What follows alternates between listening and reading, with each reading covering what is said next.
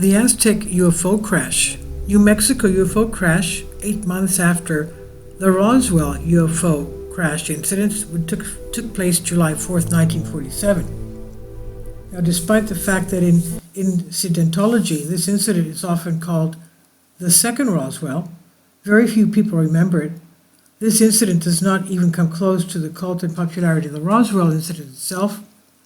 In March 1948, an unidentified object flying through the sky abruptly changed course and falling somewhere in the desert rocky area of Hart Canyon near Aztec, New Mexico, USA. The main witnesses of this event are two workers from the local oil platform, Silas Newton and Leo Gebauer, and they were at work when they saw a huge metal disc in the sky. The disc was about 30 meters in diameter, that's about 100 feet, and looked impressive, whereas the Roswell, Mexico UFO was about 50 feet. So this one was about twice as big. It had no traces of joints and rivets on its metal surface. As if it had been poured, the disc fell into the ground where there was no visible damage to the outside. Now we remember this Roswell, New Mexico had radar stations there. It could be that they believe that it could be that the radar pulses somehow interacted with the electromagnetic systems of these UFOs and somehow disturbed them and brought them down. Now, as Newton and Gebauer approached, they saw that there were several openings in the disk. When looking at one of them, they noticed that there were at least 16 bodies of humanoid creatures on the floor. Their bodies were covered with dark soot, as if they had been hit by a fire, possibly when there was a fire in the UFO disk itself. The same day, the workers called the police and told them about the fallen corpses. Officers arrived and examined the drive for a long time. After that, they called the military. When they arrived, they quickly enclosed the entire territory and then took the disc with them. They ordered everyone present to remain silent about what they had witnessed. For almost a year, Newton and Gebauer remained silent, fearing the threats of the military, but then broke their silence and told the journalist Frank Scully about all that had happened. In 1949, Scully published their story in the popular Variety magazine and described the UFO crash near Aztec. Later, the journalist published a book detailing the incident entitled Behind the Flying Saucers. Both the articles and the book are gaining popularity, but at one point Scully and the two eyewitnesses are indicted.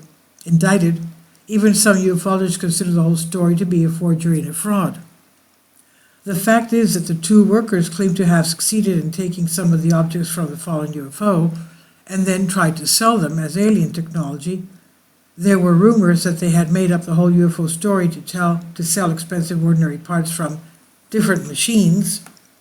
And one of these artifacts ran into the journalist from San Francisco Chronicle. He submitted it to a research laboratory where they determined that the alien artifact, quote unquote, was made of a simple piece of aluminum. And because of these revelations, the whole story of the UFO crash in Aztec was quickly forgotten. Even at one point, Newton and Gebauer themselves admitted that everything, of course, was a hoax.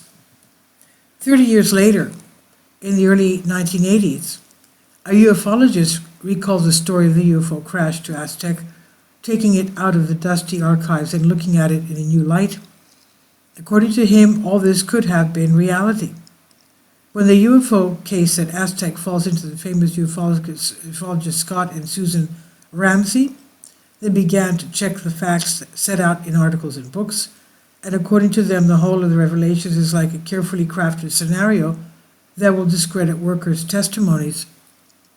Scott Ramsey says, from 1952 to 1986, no one would touch the Aztec incident as if it was poisoned by the allegations of forgery. UFO researchers did not want to deal with it. We have carefully examined this case and concluded that the authorities were ready to even completely ruin the lives of 2 or 3 people, if you include journalist Scully, in order to conceal the information. If you look at the original eyewitness accounts, it's not possible to disprove them. In 2011, Ramsey draws attention to a strange FBI document entitled Hottel Memo Report, written by Guy Hottel, head of the FBI's local Washington office in 1950, addressed to the FBI Chief John Edgar Hoover.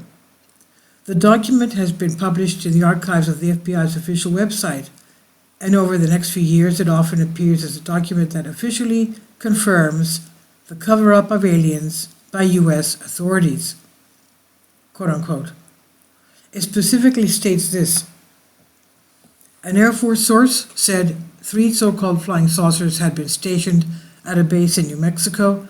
They are described as round, center-raised, and approximately 50 feet in diameter. There were 3 human-like figures in each. They were 3 feet high, dressed in very fine metallic fabric with straps similar to pilots' gadgets. According to Mr. G, name is hidden, these discs were found in New Mexico with a very powerful radar in the area. Radar is thought to have responded to dish mechanics. In other words, the radar, end quote. In other words, the radar brought them down. In 2013, the FBI finally commented on this note and said that it did not confirm anything, but merely outlined any information obtained through a second or third person. However, many ufologists are still convinced that this note accidentally leaked from an FBI secret file and is completely correct. It describes the Roswell incident, but Scott Ramsey is sure it has something to do with the Aztec incident in New Mexico as well. First, because according to eyewitnesses, 1 disc is broken in Roswell, but 3 in the FBI note. And secondly, there was a strange case where a Denver resident tried to sell photos that he claimed were taken at the scene of a UFO crash in Aztec, New Mexico.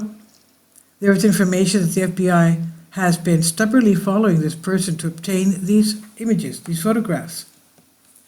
If the Aztec incident did not exist, then why would the FBI be trying to get those photographs? That's the question. This is by Solask. Please leave your comments about this, and thank you for your support.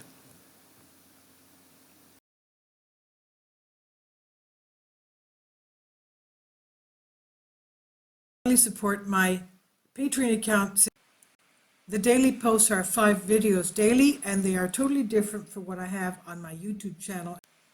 Thank you so much for your support and that you find all my content so interesting. You'll find the Patreon account details in the description box below.